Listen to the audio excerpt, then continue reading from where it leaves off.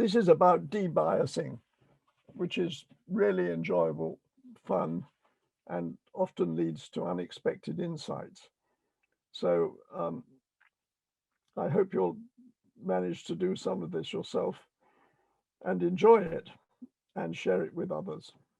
Now, it all originates in the biases of what we called rural development tourism, which was the brief rural visit from an urban center. And what we discovered was that there were various biases. One, of course, is the spatial bias, which is you go out on a tarmac road, you go at a certain distance, and then you stop. Now, let me just illustrate the spatial bias. But on the main road between Bangalore and Mysore, about, I suppose it was about 15 to 20K, a decent distance outside, I discovered some villages, and I'd already visited 2 organizations in Bangalore. And they'd both adopted the same villages, which were just that convenient distance out, but next to the main road. And neither knew that the other had. On another occasion, I had the experience of a driver taking me out. This was near Dhaka in Bangladesh. And after we got a decent distance, I said, well, look, can you stop here? And he said, yes, sir. And he stopped. And he said, it's very interesting. This is exactly where Dr. Schmidt told me to stop last week. And so that was the spatial bias. And then there's a temporal bias, which is, of course, the time of day. And the only way to overcome that is really to do immersions and to do it effectively. And sometimes, of course, you're not allowed to travel at dark and all the rest of it. There's a seasonal bias in that rural visits tend to be in the dry season. Even surveys tend to be in the dry season, surveys of nutrition and so on. So that's another very serious bias. Another bias is the tendency to go or to be taken, where, quote, something is happening, unquote, meaning that there's a project that people would like you to visit, or that they want to show off, or there's a particular person who's known to be impressive, but there's a special reason for going to that place. And then what we discovered in India, and some research I was involved in with John and Barbara Harris in India earlier than this, was also fascinating, because we had 12 villages which had been identified in some systematically random way, 12 villages which we were studying in detail. And we talked to one another about the character of these villages and reinforced one another, and found it quite interesting that we had the same view of these different villages. For instance, there was one village which was exporting bananas to Russia. And then we discovered that what we were doing was, when we went to these villages, we were being taken to see exactly the same people. And we were coming back with them as their part of our image of what was in the village. And we built up these pictures, which were simply through repetition and through having the same experiences when we went there. So there was spatial bias, person bias, a temporal bias, time of the day, a seasonal bias, and all of these needed to be offset and compensated for, with the recognizing the danger of repeating to one another and reinforcing one another's perceptions of these particular places. And then more recently, I was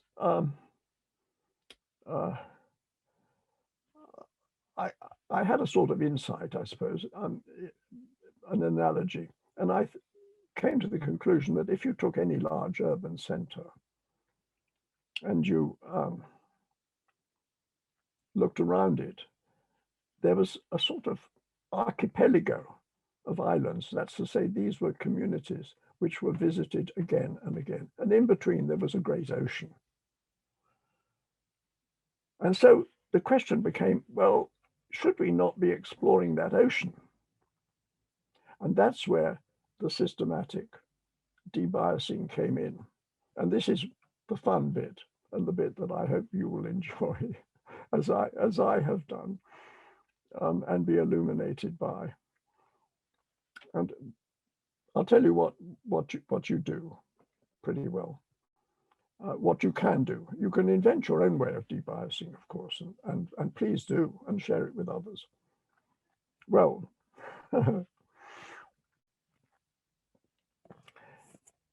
you try to get rid of all the main biases, including the biases of expectation, which is, that's to say that if you as a foreigner, obviously, but as anyone from an NGO in a country, if you make a rural visit and people know who you are, they may think that they can gain some benefit, some project, some grant, something or other from you. And that, of course, distorts the whole experience. So what you can do is this. This is what I have done and found to be, well, actually quite terrific. First of all, you get an unmarked vehicle. Before that, you may need to take a day's leave so that you're unencumbered by organizational expectations. But with a day's leave or not, you take an unnamed, unmarked vehicle. It doesn't say government, it doesn't say an NGO or anything, so that is removed. And you you drive out from an urban center, and you go 15, 20, 25K, you can decide. And then you turn off, left or right, doesn't matter. You turn off and go for another 4 or 5K, and then maybe you turn once more.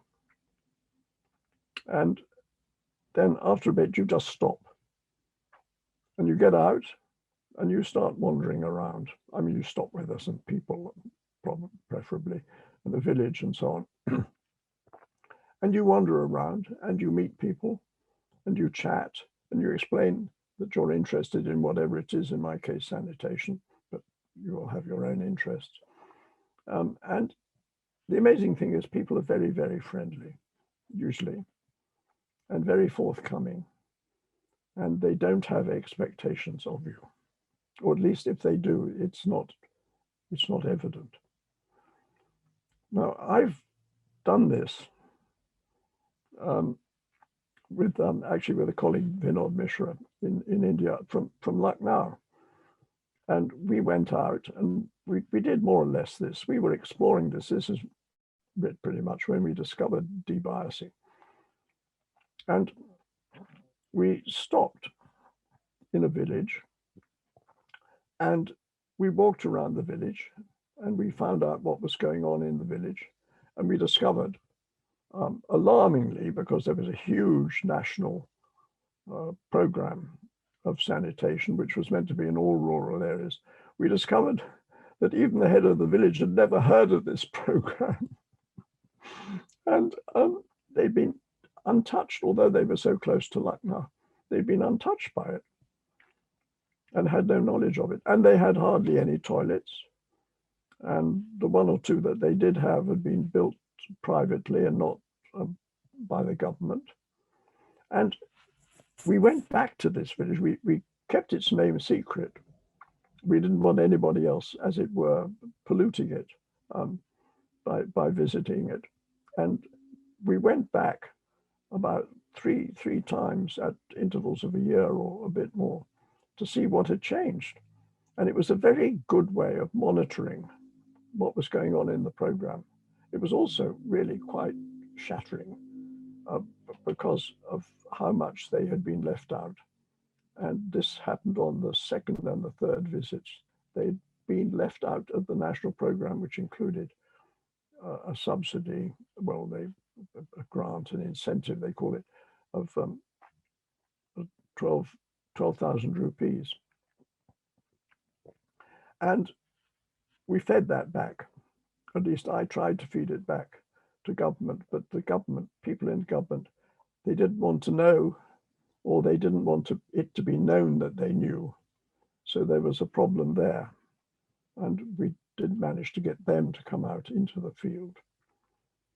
So that's an example where it can be used for monitoring.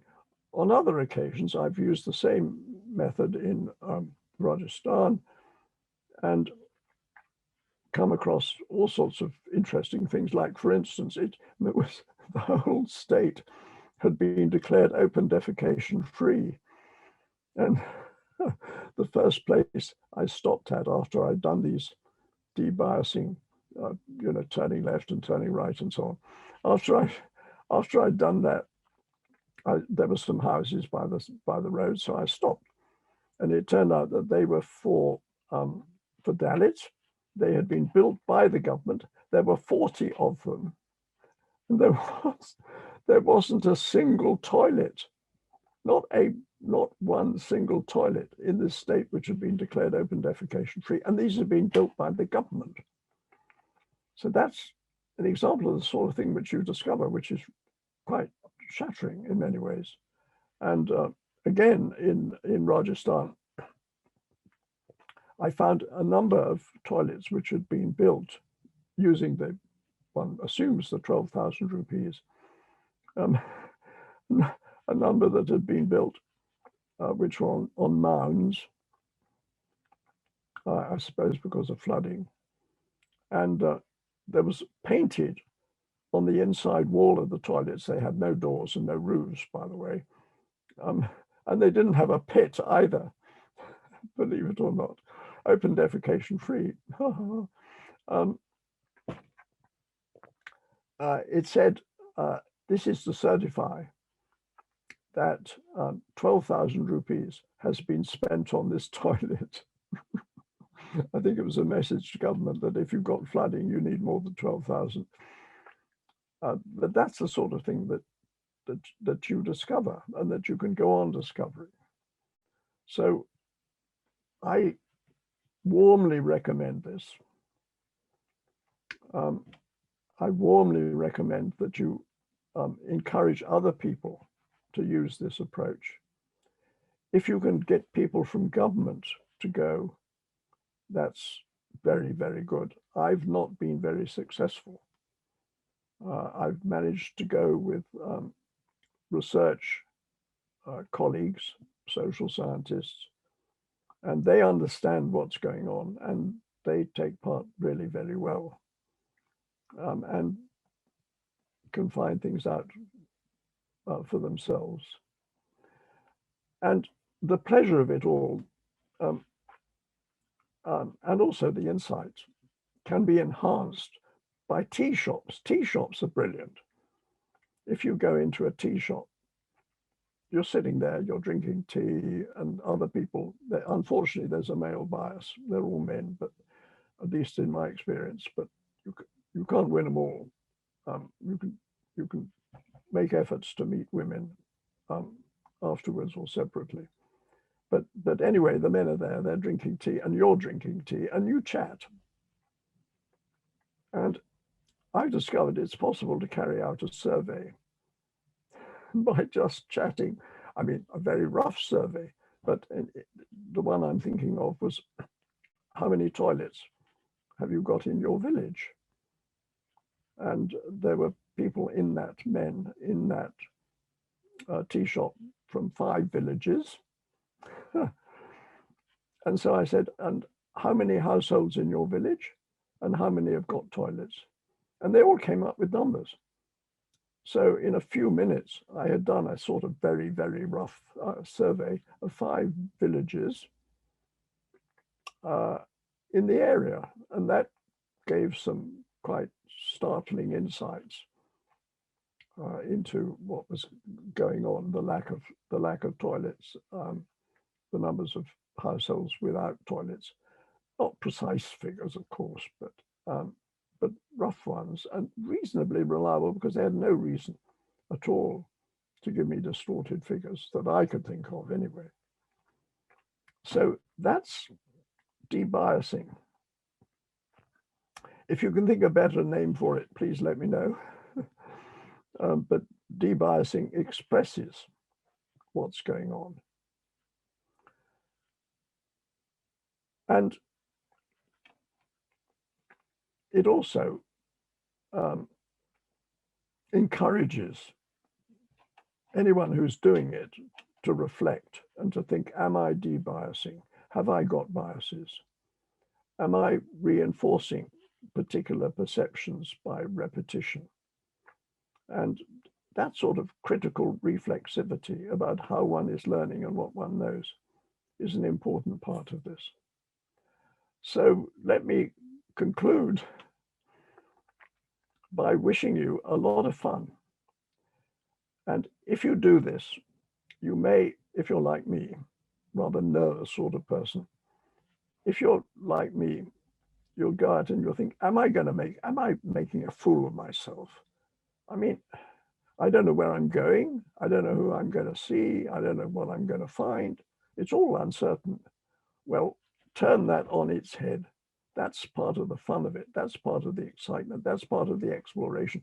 That's a very important part of the debiasing. If it was biased, you'd have an idea where you were going and what you were going to do. If it's debiased, then you don't know. And the don't know is the fun, the don't know is the discovery, the don't know is the debiasing. So please, please give it a go